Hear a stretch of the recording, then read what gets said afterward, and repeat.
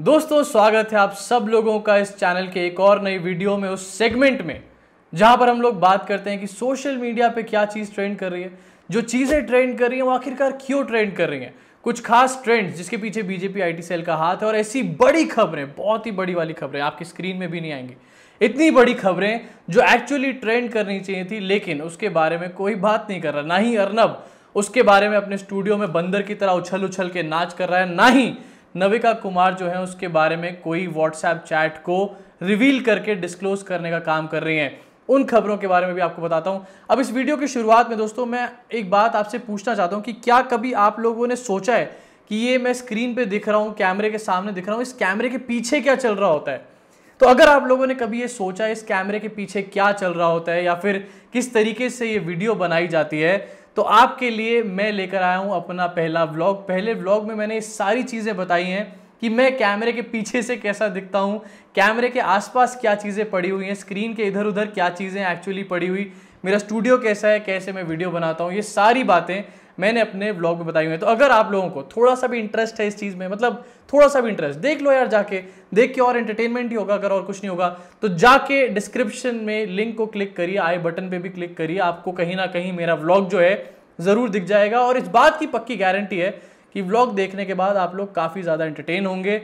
जो कमियां रहेंगी उसके बारे में सजेशन में भी बता देना साथ ही साथ। अब बढ़ते हैं मुद्दे की तरफ और आज के जो ट्रेंड्स चल रहे हैं उसकी तरफ। और दोस्तों जब आज के ट्रेंड्स की बात होती है तो पिछले 2-3 दिन से लगातार एक्ट्रेसेस के ऊपर टारगेट किया जा रहा है, दीपिका पादुकोण के ऊपर टारगेट किया जा रहा है, वो सब चीज़ें ट्रेंड कर रही है, लेकिन उसके पीछे जो शख्सियत है आज वो स्वयं ट्रेंड कर रही है। नविका कुमार की मैं बात कर रहा हूं। दोस्तों हमारे देश में किसी भी इंटेलिजेंस एजेंसी की जरूरत नहीं है, रॉ की भी जरूरत नहीं है। इनफैक्ट में तो हमारे देश में नविका कुमार है, मतलब मैं मजाक नहीं कर रहा हूं, ये सच है यार।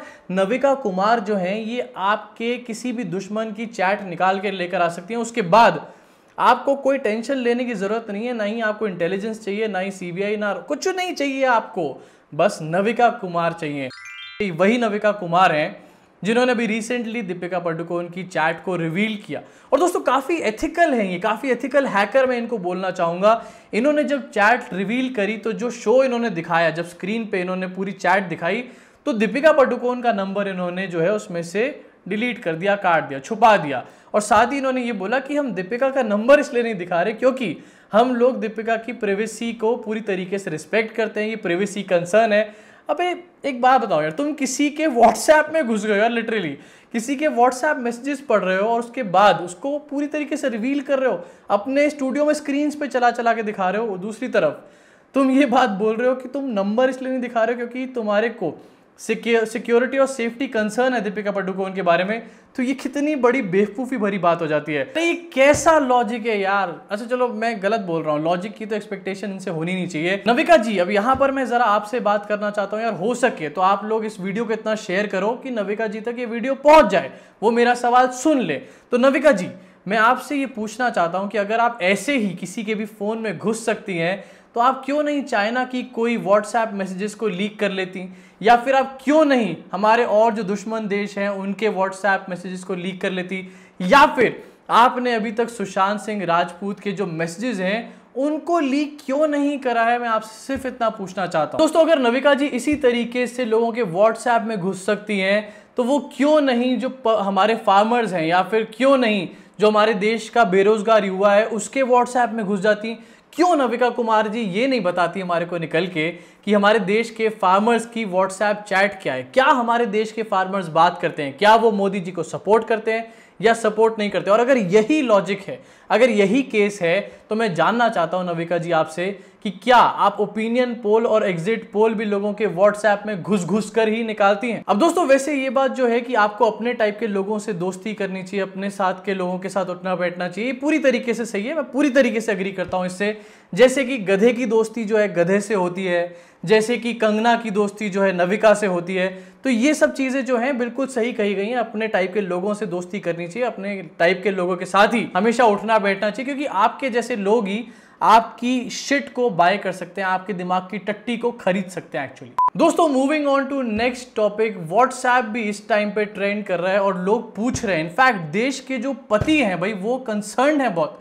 देश के पति ये पूछ रहे हैं कि क्या व्हाट्सएप जो लिख के भेजता है एंड टू एंड एन्क्रिप्शन, आपकी चैट कोई और नहीं पढ़ सकता, तो क्या ये बात गलत है? आज देश के पति सवाल पूछ रहे हैं, क्योंकि इतने सारे झूठ बोलते हैं हमारे देश के पति अपनी पत्नियों से कि आज उनको टेंशन हो चुकी है, उन सबका बीपी बढ़ चुका है। इनफैक्ट इसमें अमित शाह जी भी एक हैं, मोदी जी डेफिनेटली इसमें एक नहीं है, क्योंकि उनको अपनी बीवी का कोई डर नहीं है।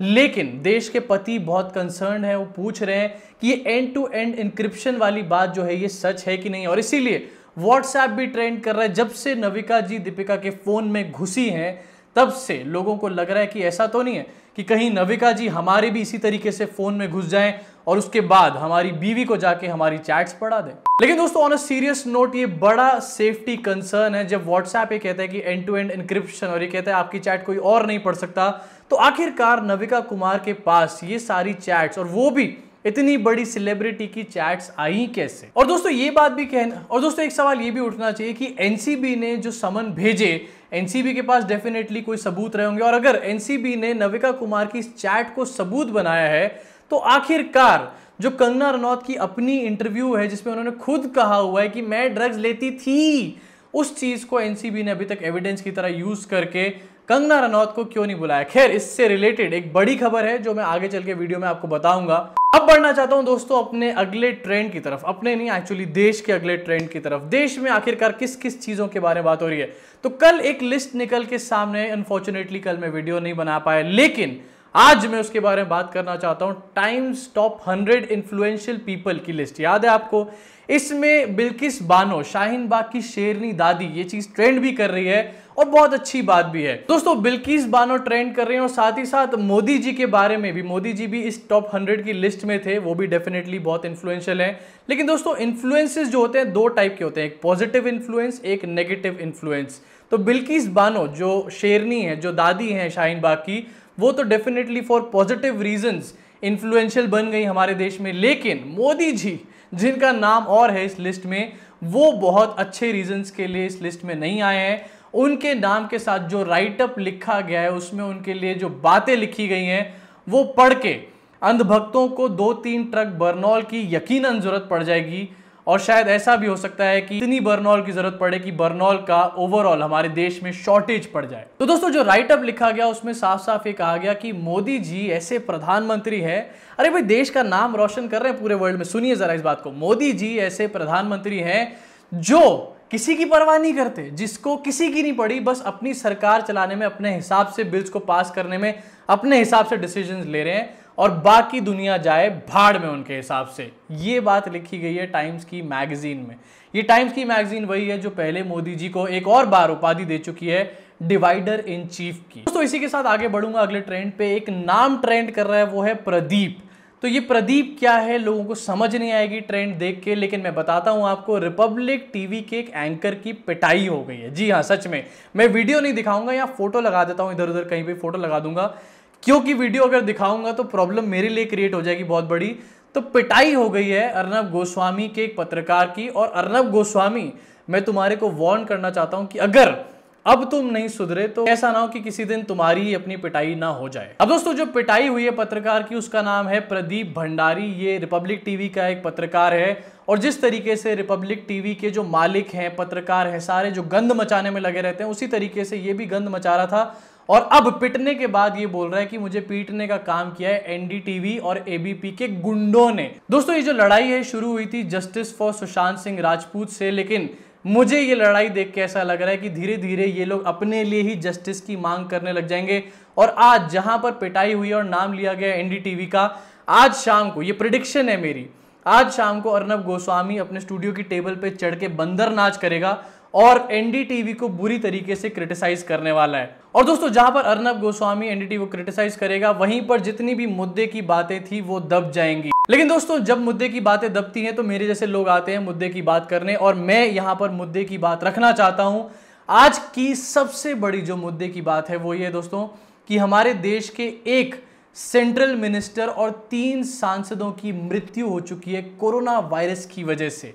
क्या इसके बारे में भारतीय जनता पार्टी अभी भी बात कर रही है? दोस्तों एक कितनी बड़ी हैरानगी की बात है। हमारे देश में जहां पर असली मुद्दा इस टाइम कोरोना वायरस होना चाहिए था, जहां पर हमारी सबकी एक सोच होनी चाहिए थी कि कोरोना वायरस से कैसे निपटा जाए, वहां पर हम बात कर रहे हैं सुशांत सिंह के बारे में, दीपिका पादुकोण के बारे में, हर चीज के बारे में, लेकिन हम लोग कोरोना वायरस के बारे में बात नहीं कर रहे। दोस्तों एक और मुद्दे की बात, एक और काम की बात और काम की न्यूज जिसको दबाया जा रहा है और जिसके लिए सारा ड्रामा करा जा रहा है वो है कल का भारत बंद। 25 तारीख को लाखों किसान देश में भारत बंद करने वाले हैं, एक प्रोटेस्ट करने वाले हैं। ये जो 2 फार्मर्स बिल पास हुए थे उनके अगेंस्ट अपनी मांगे सामने रखने वाले हैं। हमारे देश की सरकार, बीजेपी का आईटी सेल लोगों को ये बेवकूफ बनाने में बिजी है कि ये जो एजिटेशन होने वाला है, प्रोटेस्ट, इसके पीछे कांग्रेस का और विपक्ष का हाथ है। लेकिन नहीं दोस्तों, ऐसा नहीं है। इसके पीछे लाखों किसानों का हाथ है। अगर नहीं आप लोग मेरी बात मानते तो आप नविका जी से पूछिए, जरा एक बार किसी किसान की चैट को निकाल कर लीक करें, आपको ये बात खुद ब खुद पता चल जाएगी कि ये जो पूरा एजिटेशन है ये किसानों के द्वारा किया जा रहा है। और दोस्तों इसी एजिटेशन को दबाने के लिए स्क्रिप्ट देखिए, जरा मोदी जी के तमाशे की स्क्रिप्ट देखिए। उसके बाद जब इनका नाम नेगेटिव इन्फ्लुएंसर्स में आता है तो लोग हल्ला मचाते हैं। तो स्क्रिप्ट इनकी ये है कि जब किसानों का बहुत बड़ा एजिटेशन कल हमारे देश में होने वाला है, उसी दिन दीपिका पादुकोण जो कि बहुत बड़ी, इनफैक्ट मैं कहना चाहूंगा सबसे बड़ी बॉलीवुड की एक्ट्रेस है, उनको एनसीबी के द्वारा समन किया गया है। एनसीबी के द्वारा समन किया गया है उनको, लेकिन कंगना रनौत को अभी तक नहीं किया गया है। और दोस्तों इसी से मुझे याद आती है तीसरी मुद्दे की बात। भारतीय जनता पार्टी ने फाइनली कंगना रनौत को ऐसी लात मारी है कि अब जो है वो एक कोने में जाके गिरने वाली है। बीजेपी के एक बड़े नेता ने, कोई छोटे मोटे नेता की किसी छुटभैये की बात नहीं है, तो महाराष्ट्र विधान परिषद में बीजेपी के जो सबसे बड़े नेता हैं, जो लीडर ऑफ अपोजिशन है विधान परिषद में महाराष्ट्र की, उन्होंने ये बात बोली कि अगर कंगना के अगेंस्ट कोई एविडेंस है, अगर कंगना ने ये बात बोली है कि उन्होंने कभी ड्रग्स किए थे, तो उसकी भी एनसीबी के द्वारा जांच करी जानी चाहिए। और जब दोस्तों बात होती है महाराष्ट्र के विधान परिषद में बीजेपी का जो सबसे ऊपर का नेता है, यानी कि लीडर ऑफ अपोजिशन जो है, तो फिर डेफिनेटली ये बड़े नेताओं की बात है और कहीं से ऊपर से कोई ना कोई मैसेज आया होगा, तभी ये बात बोली जा रही है। ये बात बोलने के बाद कंगना रनौत की जो Y+ सिक्योरिटी और उनकी जो हनक है और उनकी जो हेकड़ी है वो पूरी तरीके से निकल चुकी है। अभी तक इस चीज पे उनका कोई रिएक्शन आया नहीं है। और मैं यहां पर ये चाहता हूं कि बीजेपी के जो इस नेता की बात है उसको आगे रखा जाए और कंगना रनौत को भी, जहां पर दीपिका की इस तरीके से जांच हो रही है, होनी चाहिए, लेकिन कंगना की भी जांच होनी चाहिए, जो खुद अपने मुंह से कह रही हैं कि उन्होंने एक टाइम पे नशे करे थे, तो उनकी भी जांच इस चीज में होनी चाहिए। दोस्तों अभी के लिए इस वीडियो में इतना ही। अगर आपको ये वीडियो पसंद आई हो, इनफैक्ट अगर आपको नहीं भी पसंद आई हो तो भी इसको शेयर जरूर करें, क्योंकि हमारे देश में लोगों को पता चलना चाहिए कि ट्रेंड्स क्या चल रहे हैं हमारे देश में और एक्चुअल मुद्दे क्या हैं हमारे देश के, इसके बारे में लोगों को पता चलना चाहिए। तो शेयर जरूर करिए इसको। अगर आपको मेरा काम पसंद आ रहा हो तो नीचे डिस्क्रिप्शन में पेट्रेन का लिंक है, हर बार मैं बताता हूं, ऊपर ज्वाइन का बटन है, उन दोनों में से किसी एक को भी क्लिक करके आप लोग मुझे मंथली सपोर्ट कर सकते हैं। आपकी मंथली सपोर्ट से मुझे इंकरेजमेंट मिलेगा, मेरी जो प्रोडक्शन की कॉस्ट होती है वो कवर होंगी, और इसी तरीके से हम लोग जनता को अवेयर करते रहेंगे। और हमारा सबका मिशन एक ही है कि आने वाले अगले इलेक्शन में जो जनता बीजेपी को वोट करने का सोच रही है वो बीजेपी को वोट ना करे, कमल के फूल को दबाकर फूल ना बने। अभी के लिए दोस्तों इस वीडियो में सिर्फ इतना ही। मुलाकात होगी आप सब लोगों से अगली वीडियो में।